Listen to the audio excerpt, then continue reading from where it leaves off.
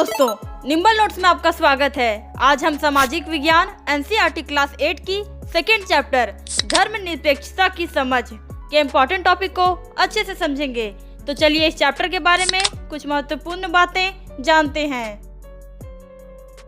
इस अध्याय में हम सबसे पहले जानेंगे कि धर्मनिरपेक्षता क्या है।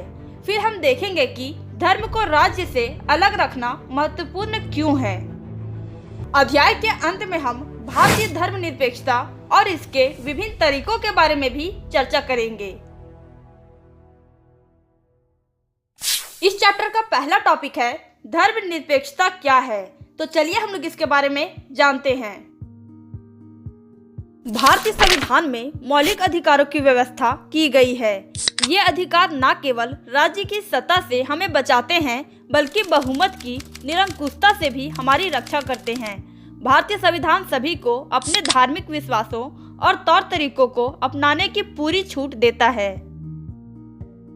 सबके लिए समान धार्मिक स्वतंत्रता के इस विचार को ध्यान में रखते हुए भारतीय राज्य ने धर्म और राज्य की शक्ति को एक दूसरे से अलग रखने की रणनीति अपनाई है। धर्म को राज्य से अलग रखने की इसी अवधारणा को धर्मनिरपेक्षता कहा जाता है। हमारा अगला टॉपिक है धर्म को राज्य से अलग रखना महत्वपूर्ण क्यों है। तो चलिए हम लोग इसके बारे में जानते हैं। दुनिया के तकरीबन सारे देशों में एक से ज्यादा धर्मों के लोग साथ साथ रहते हैं। जाहिर है कि हर देश में किसी एक धर्म के लोगों की संख्या ज्यादा होगी। अब अगर बहुमत वाले धर्म के लोग राज्य सत्ता में पहुंच जाते हैं तो उनका समूह दूसरे धर्मों के खिलाफ भेदभाव करने और उन्हें परेशान करने के लिए इस सत्ता और राज्य के आर्थिक संसाधनों का इस्तेमाल कर सकता है।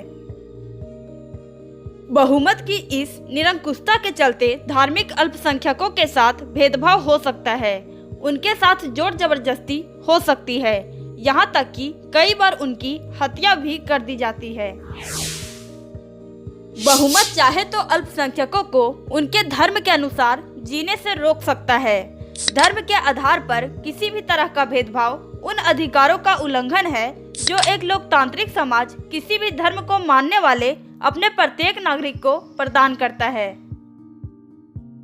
लिहाजा बहुमत की निरंकुशता और उसके कारण मौलिक अधिकारों का हनन वह अहम कारण है जिसके चलते लोकतांत्रिक समाजों में राज्य और धर्म को अलग अलग रखना इतना महत्वपूर्ण माना जाता है। हमारा अगला टॉपिक है भारतीय धर्मनिरपेक्षता क्या है। तो चलिए हम लोग इसके बारे में जानते हैं। भारतीय संविधान में कहा गया है कि भारतीय राज्य धर्मनिरपेक्ष रहेगा।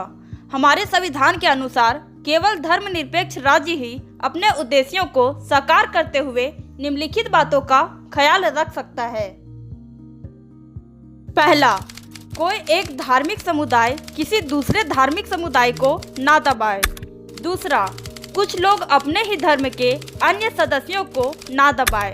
और तीसरा, राज्य ना तो किसी खास धर्म को थोपेगा और ना ही लोगों की धार्मिक स्वतंत्रता छीनेगा। ओके दोस्तों, इस चैप्टर के इम्पोर्टेंट टॉपिक को आप एक बार फिर से देख लें ताकि आपको पता चले कि आपने इस चैप्टर में कौन कौन से टॉपिक को समझा है।